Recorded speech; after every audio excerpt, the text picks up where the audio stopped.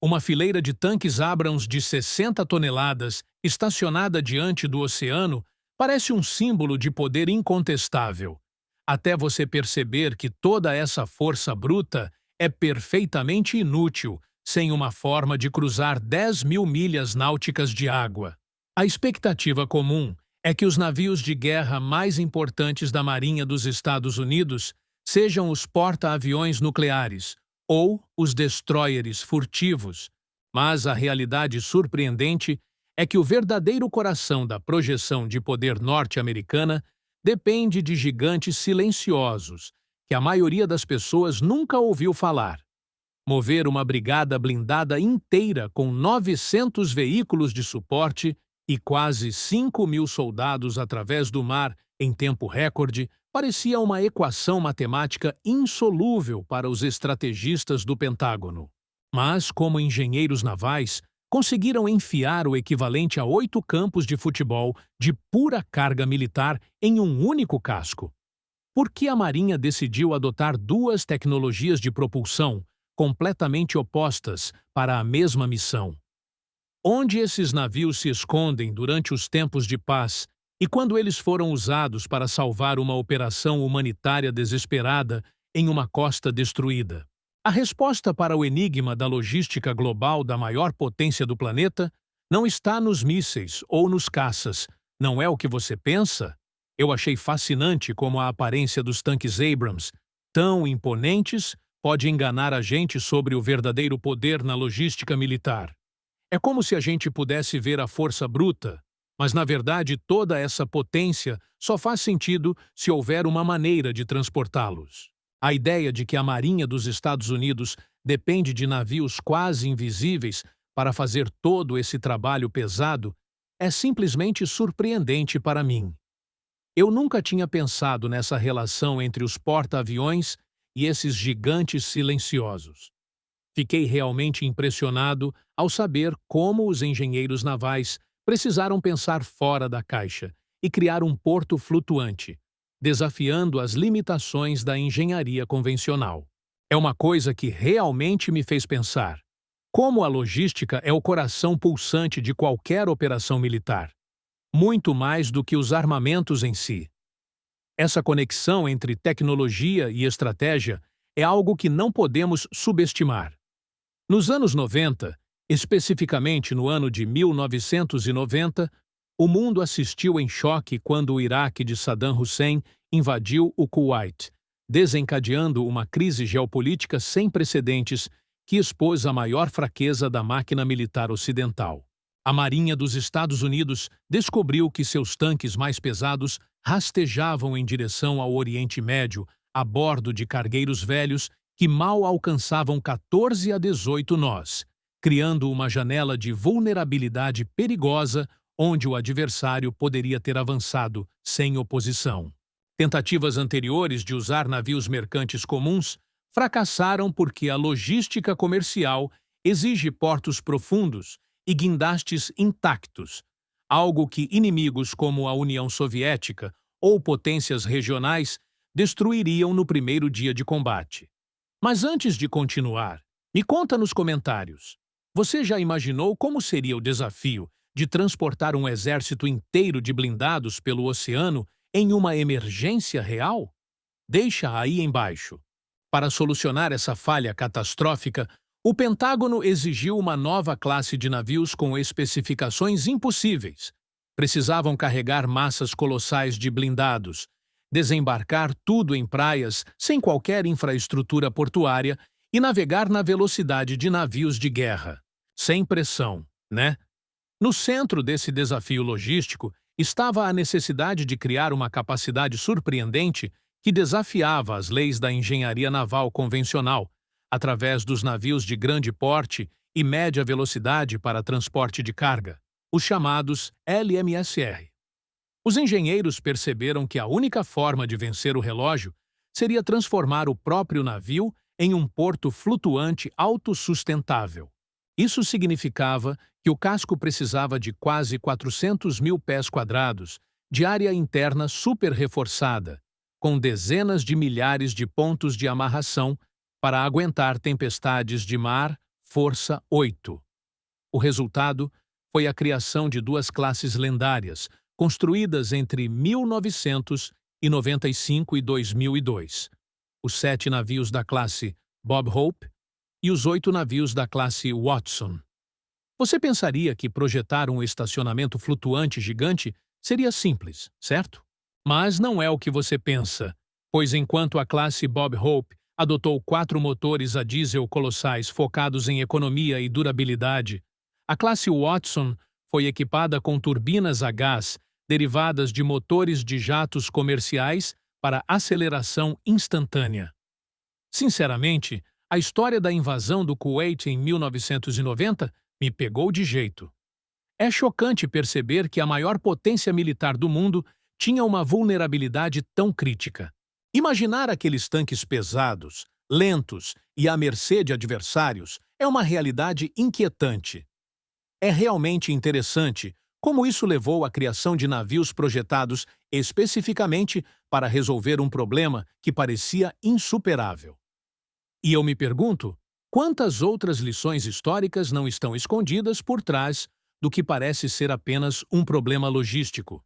O que me fascina ainda mais é como as soluções, como os navios de carga de alta capacidade, não são apenas sobre engenharia, mas sobre salvar vidas em situações de emergência.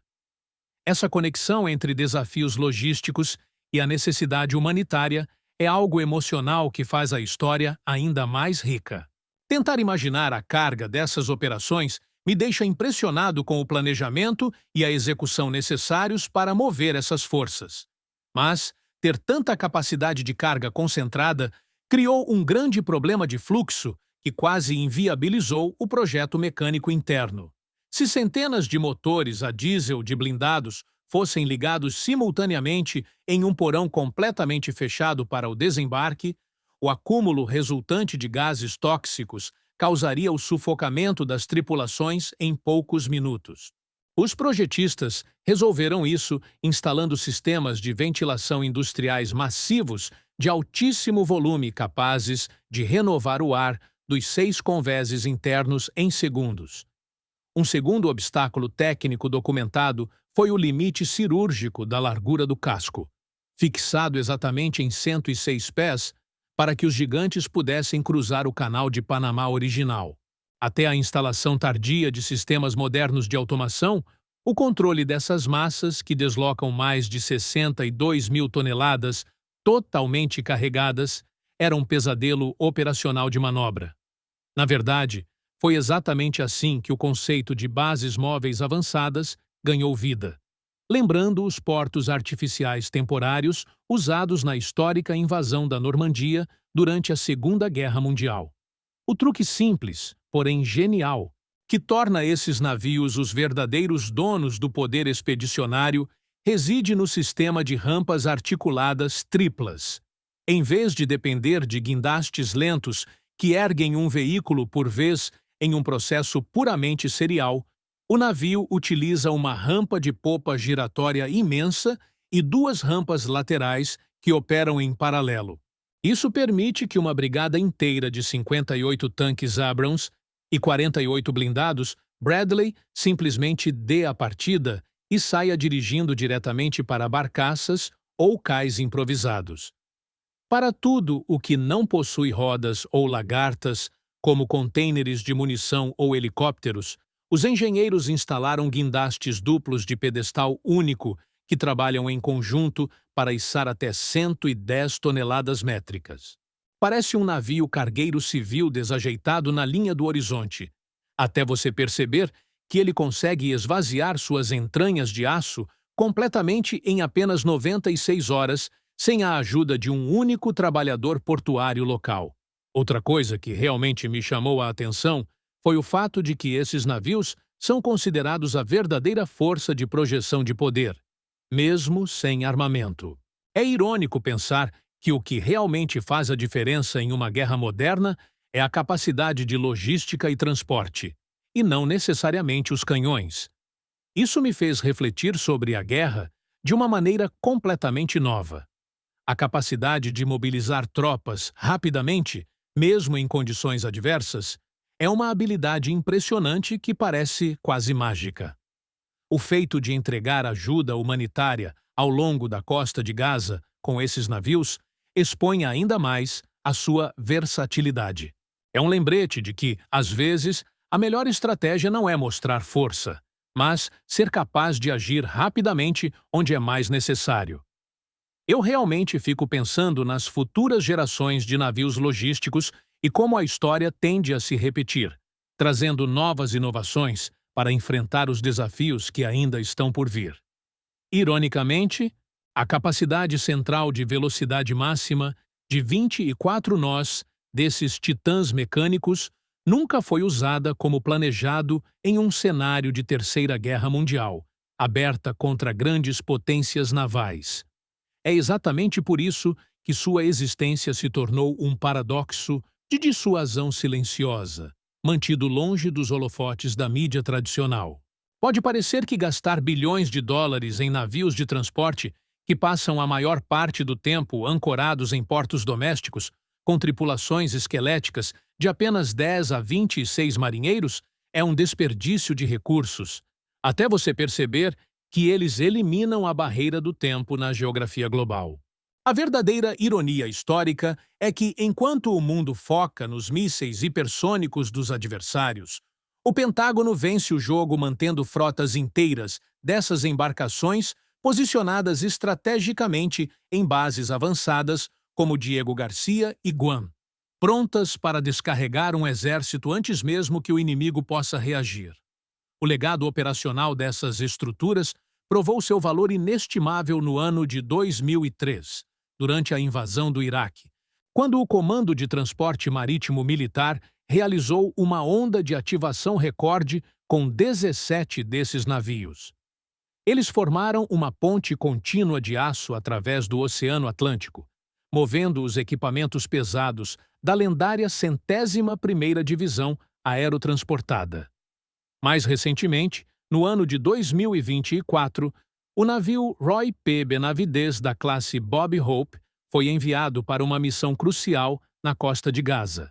Operando em condições de mar extremamente adversas que danificaram as estruturas repetidas vezes, a tripulação e os engenheiros militares conseguiram montar um pier flutuante e entregar quase 20 milhões de libras de ajuda humanitária emergencial para uma população civil isolada.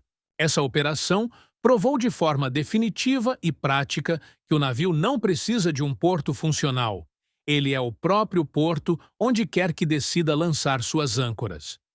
Hoje, esses gigantes que moldaram a estratégia ocidental estão entrando no crepúsculo de suas carreiras operacionais, sendo transferidos gradualmente para a frota de reserva pronta, enquanto novas gerações de navios logísticos começam a ser projetadas. O paradoxo final reside no fato de que o navio mais importante para vencer uma guerra moderna não possui canhões de grosso calibre ou sistemas de lançamento vertical de mísseis antiaéreos. A engenhosidade humana provou que a força de um exército posicionado no interior de um continente distante equivale a zero, pois o poder real só existe quando você é capaz de entregá-lo no lugar certo e no momento exato. E aí, o que você achou dessa história? Deixa seu like se você não sabia que a Marinha Americana usa turbinas de jato em navios de carga. Se inscreve no canal para mais histórias sobre aviação e tecnologia militar. E comenta aí embaixo. Qual outra máquina militar esquecida merece um vídeo exclusivo aqui? Até a próxima!